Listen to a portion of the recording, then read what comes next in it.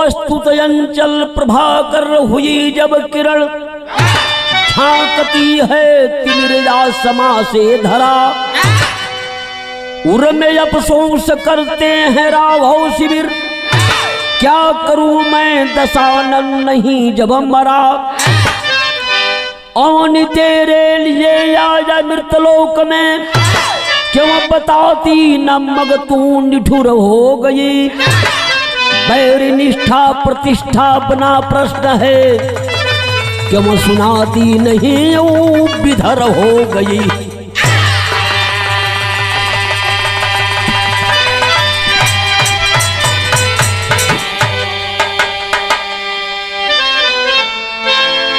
बात उस समय की है जिस समय लंका में भगवान राम और रावण के बीच संग्राम हो रहा है।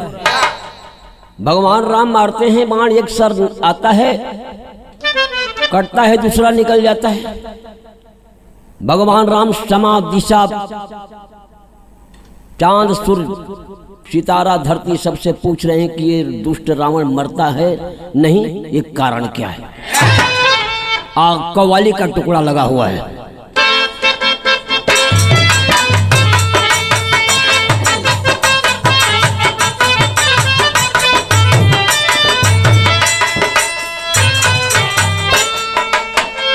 जिस दिए में जले तेल खैरात के,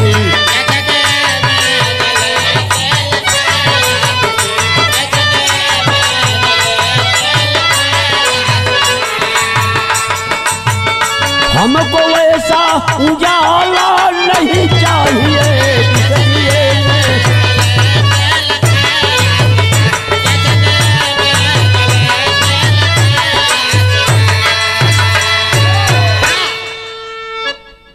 ऐसा माँ तू बता दे किनारा कहीं,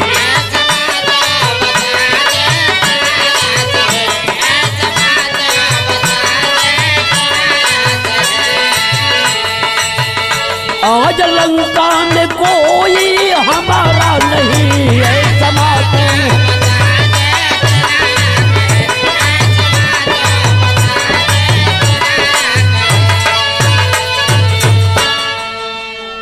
ऐसा मातू बता दे किनारा कहीं, आज लंका में कोई हमारा नहीं। भगवान राम का बात सुनकर के पृथ्वी मां प्रकट हो गई। अब प्रकट हुई तो बयान देना शुरू कर दिया। बयान कैसे मां दे रही है, शैर्य के भाव है।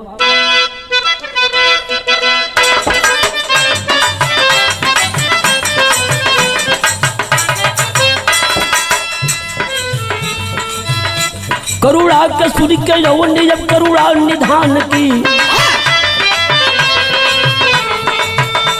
करुणा के सुन के यौवन ने जब करुणा निधान की, खुश होकर के माता ने पृथ्वी बयान की।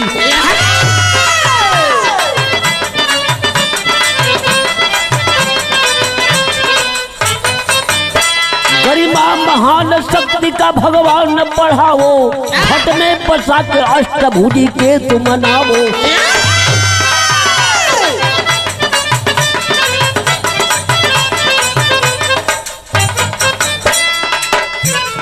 चट से कमल पुष्प नील रंग कायाला, चित में पसालो कर में अपने प्रेम का माला।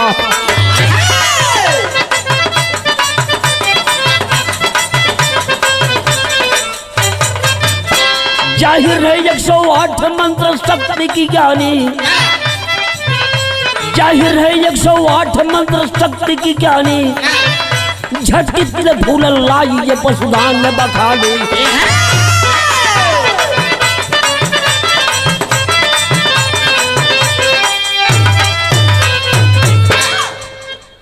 पृथ्वी में बयान दिया भगवान राम के सामने की कमल का फूल 108 नील रंग का मंगा करके आप आज से इसका पूजा करें, इसके बाद ही रावण मरेगा। बीच में रावण आपके मान का नहीं है। देवी शिवा कोई अब सहारा नहीं,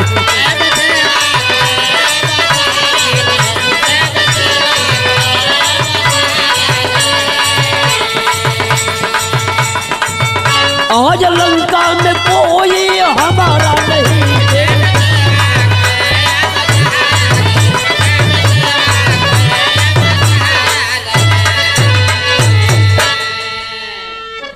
भगवान राम पृथ्वी का बयान सुन करके सोचते हैं कि अब पूजा का प्रबंध करना चाहिए, इसके बाद ही संग्राम होगा रावण से।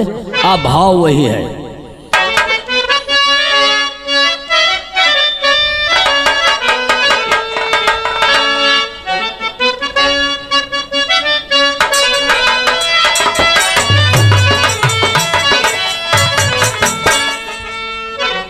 ये में अनमोल बात बा। आप बड़ी ऊंची बात हम बतलावतनी तर्ज में कि खून के बदले खूनमा बहैबा, खून के बदले खूनमा बहैबा त घरवा उजाड़ हो जाई।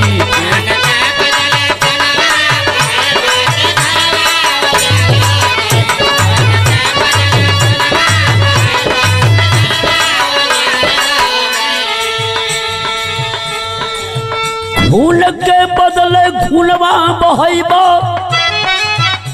तो घरवा उजाड़ हो जाई। आ प्यार की बदले पैसा चुकैबा, प्यार की बदले पैसा चुकैबा सब प्रेम बेकार हो जाई।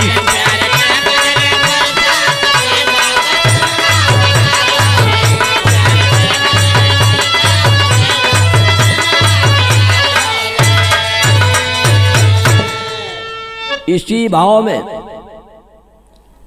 जब पृथ्वी का बयान भगवान राम सुनते हैं, होता है क्या? सुन के भगवान के भर के नयनमा, सुन के भगवान के भर के नयनमा बिहानवा देर हो गई। सुन के भगवान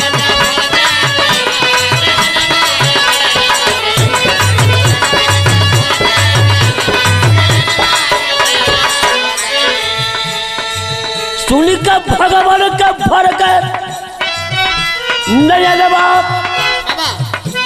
बिहानवा देर हो गई। बोल बजरंगी प्रभु के समनवा, बोल बजरंगी प्रभु के समन जयनवा देर हो गई।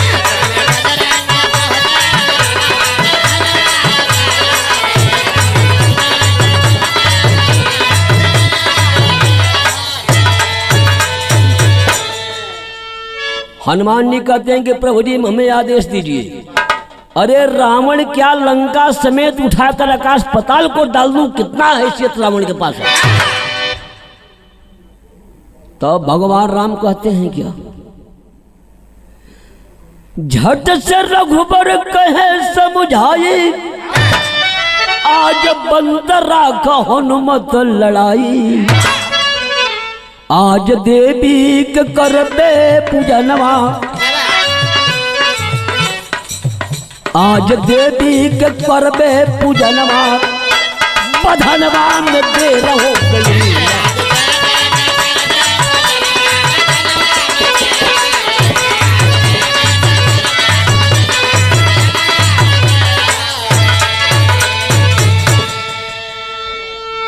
भगवान कहते हैं कि हनुमान जी 108 कमल का फूल नील रंग का लाइए, हम आज से का पूजा करेंगे, इसके बाद ही रावण से संग्राम होगा। किस भाव में कहते हैं? तर्ज वही है।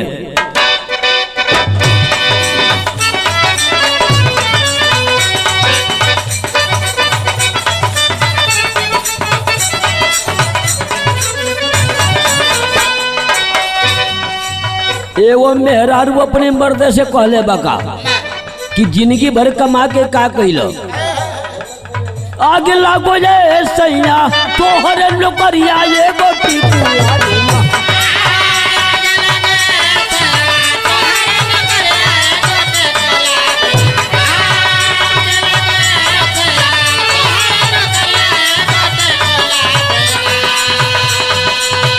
तारा सौला दियरा मोर एगो टिकुला।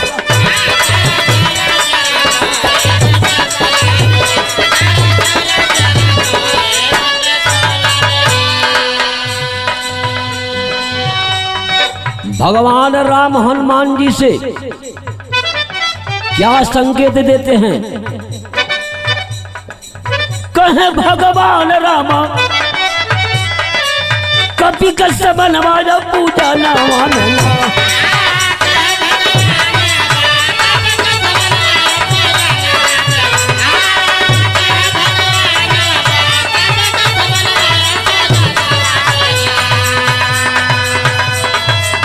लावा नीला रंग सुमनवाया पूजा नावा में।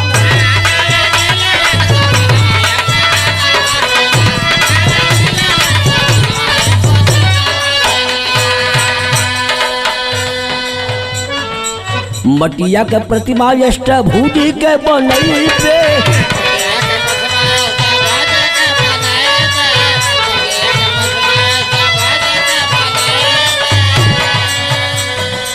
एक 108 मंत्र पढ़ के हम चढ़ी पे।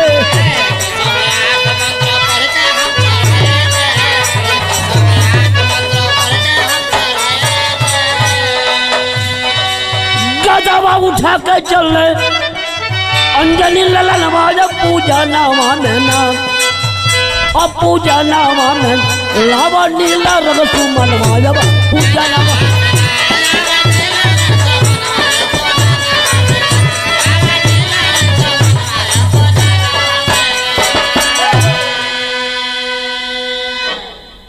भगवान राम का आदेश पा करके हनुमान जी सीधा उड़ान भरते हैं, हिमालय के प्रांगण में पहुंच गए। और हिमालय की प्रांगण में मानस सरोवर है, उसमें मात्र 108 कमल का फूल था, नील रंग का था, बेसी ना था, कम था। हनुमान जी का हर्षोल्लास का ठिकाना रही रहा। सरोवर में हल गए। सरोवर में हल करके जमी 2 फूल को तोड़ते हैं, आवाज आती है कि बंदर तुम किसके हस्ती से फूल को तोड़ लिया, तुम्हें कौन भेजा? हनुमान जी चारों तरफ देखते हैं, कोई दिखाई नहीं देता है। और विचार करते हैं कि पुष्प में से ही आवाज आती है। ये दोनों पुष्प को सरोवर में फेंक करके और गद्दा को लेकर के बाहर आ जाते हैं और आवाज देते हैं कि आवाज देने वाले थोड़ा सामने आ जाओ। आश्चर्य वही है।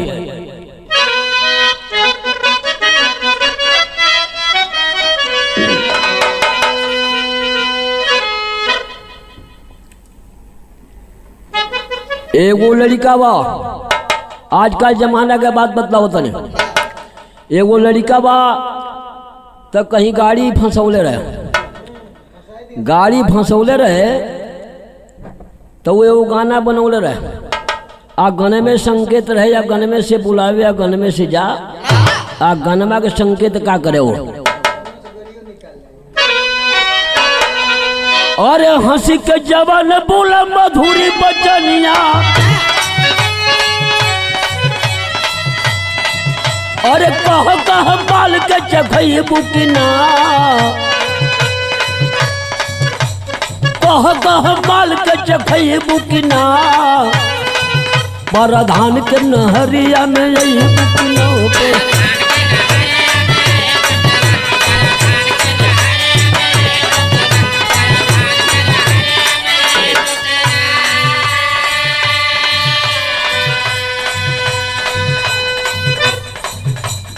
ये आवाज सुनकर के महावीर बजरंगबली सोचते हैं कि फूल में समा जाते हैं। फूलवा के पात बजरंगी पिचरले,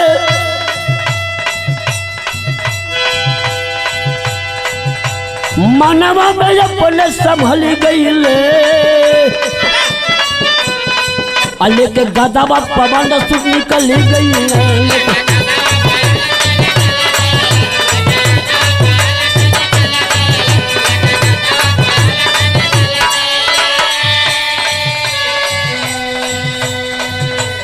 गद्दा को लेकर के बाहर आते हैं, कहते हैं आवाज देने वाले बाहर आओ।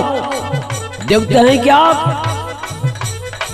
भोला के ललन कार्तिक बल्लवा नवा। भोला के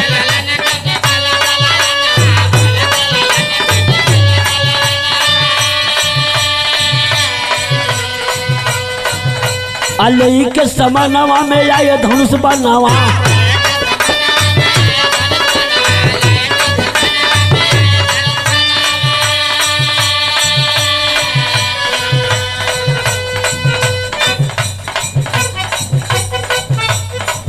अरे बीरबल के देख करके हिले लगा गानावा।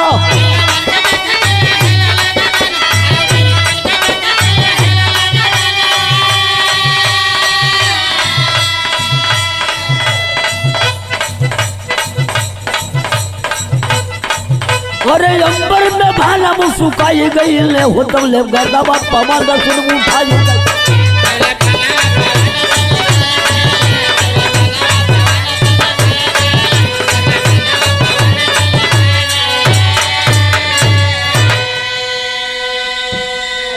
कार्तिकेय जी कहते हैं कि बंदर तुम किसके आदेश से फूल को तोड़ लिया? इस फूल का पहरेदार मैं माँ आदिशक्ति का पूजा करता हूँ। और हनुमान जी कहते हैं कि मैं फूल को ले जाऊंगा। ये 108 फूल के लिए हनुमान और कार्तिक में युद्ध हो गया।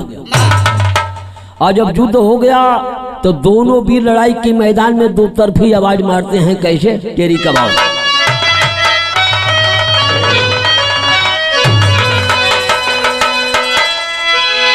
अरे अंबर से बरसे गोला अग्नि, अंबर से बरसे गोला अग्नि, दोनों वीर लड़े एक राम कहे एक भोला।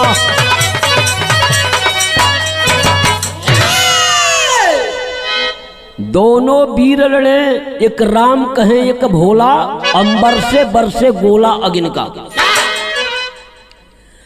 अवनी अंबर डगमगाया, कैलाश हिमालय थर्राया, भभके अंगारा बाणों से जब गदा बाण से टकराया। भोले की लगी समाधि गिरिजा दौड़ कर आई है, दोनों को डांटी दूर हटो जब तत्व समझ में आई है। पार्वती आकर के दोनों को मना कर दिया, हटा दिया। हनुमान जी मुस्कुरा रहे हैं और मां पार्वती कार्तिक को ही डांटते हैं। ये बोलते हैं, कार्तिक जी कहते हैं कि मां बंदर चोरी भी किया है, मुस्कुरा भी रहा है, तो हमें डांटती हो मारती हो क्यों? आज सती बोली कि देखो बेटा कार्तिकेय, ये भगवान राम हमारा ही पूजा करने वाले 108 फूल से, और तब जाके रावण का मरण होगा। 108 फूल तोड़ करके गन करके हनुमान को दे दिया माँ आदिशक्ति ने। आज जमी हनुमान जी लेकर के चलते हैं, एक फूल को चुरा लिया। माँ आदिशक्ति एक फूल को चुरा लिया और भगवान बाग कार्तिकेय से कहती है कि देखती हूँ कि अब भगवान राम का पूजा कैसे हो रहा है। इधर हनुमान जी ले जाकर के देते हैं फूल को। भगवान राम पूजा प्रारंभ कर दिए कि लेकर आए हैं भक्त हनुमान, तो गन्ना क्या है। और देवता आसमान द्वारा खुशी मारा है विमान से कि इनका पूजा सफल हो जाएगा राम का, तो कल दुष्ट रावण मारा जाएगा। अरे प्रतिमा बना के भगवान का पूजा नामा सब ही देखेला, 108 हथवा में लिए सुमनवा सब ही देख।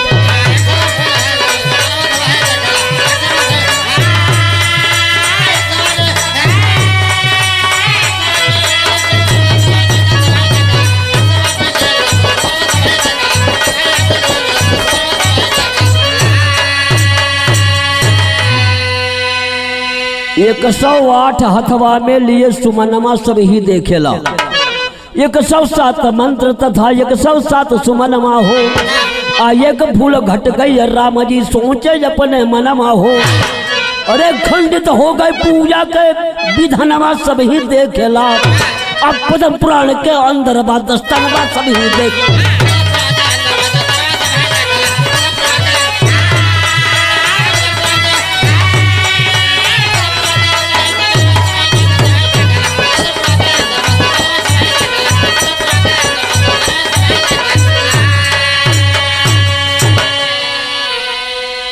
पद्म पुराण के अंदर बादस्तनमा सब ही देखेला। 107 फूल तो चढ़ा दिए भगवान राम, एक फूल घट गया। फूल तो घट गया, भगवान राम करते हैं क्या? अरे करुणा निधान भगवान धरि ध्यानवा बाबू,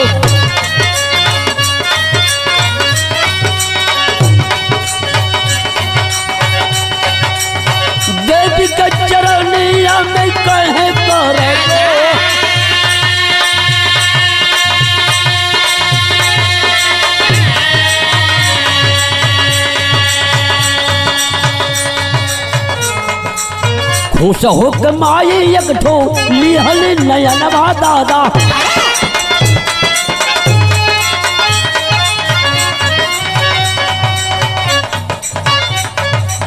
कमल नयन जग में नाम भइले सो,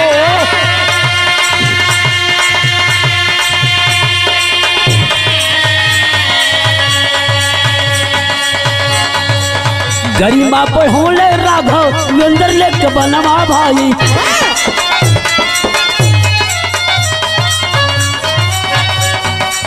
काली कन्हैया नवा चढ़ोले हो विभो,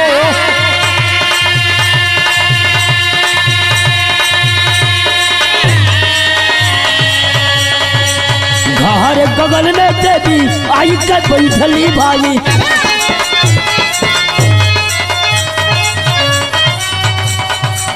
कहे धन्य धन्य बाटे आबाद की से,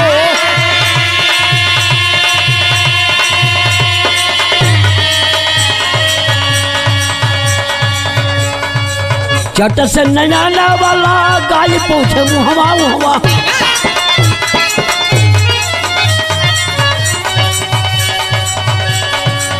बोली आदि शक्तिमान पतिया राम मोह,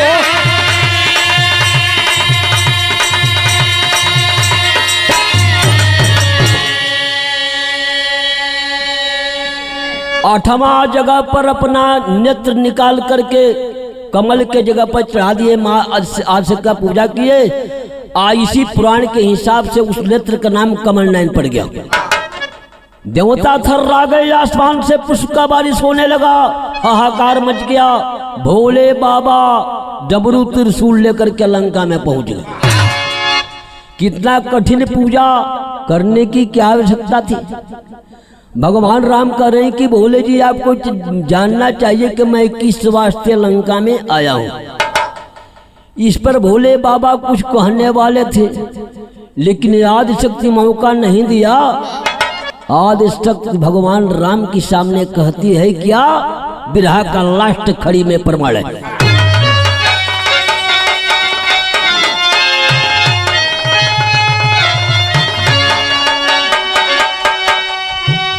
और फूलवा पद चढ़ावला तू नया नमाये हरी, आय बना बची है 10 कंधर कप्पारा नवाये।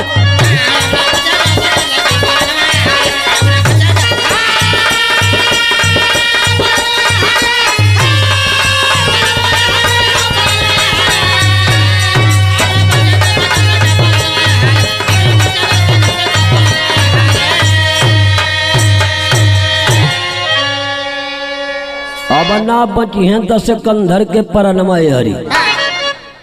दिव्य नेत्र जे रामचंद्र को सूक्ष्म ज्योति चमकाई। 107 फूल देवी सागर में दिया बहाई। तब पड़ गए सागर में निशानवा समर में ये हरि।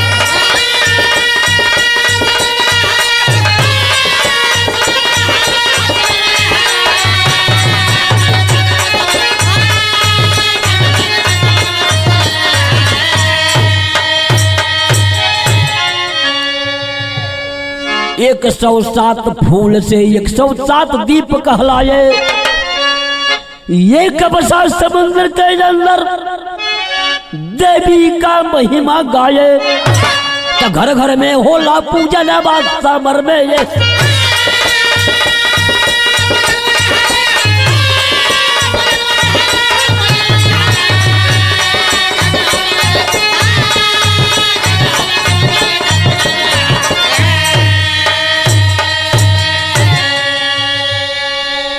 इसके बाद राजा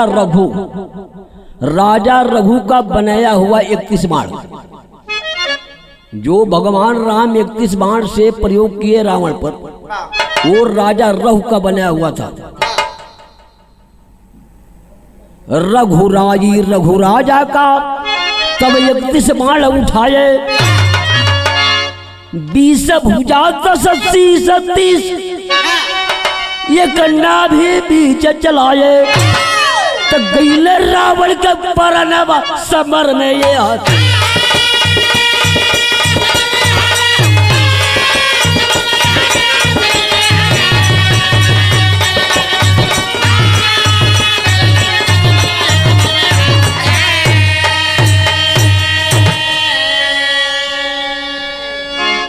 स्वामी गुरु बिहारी रमन विश्वनाथ बरदानी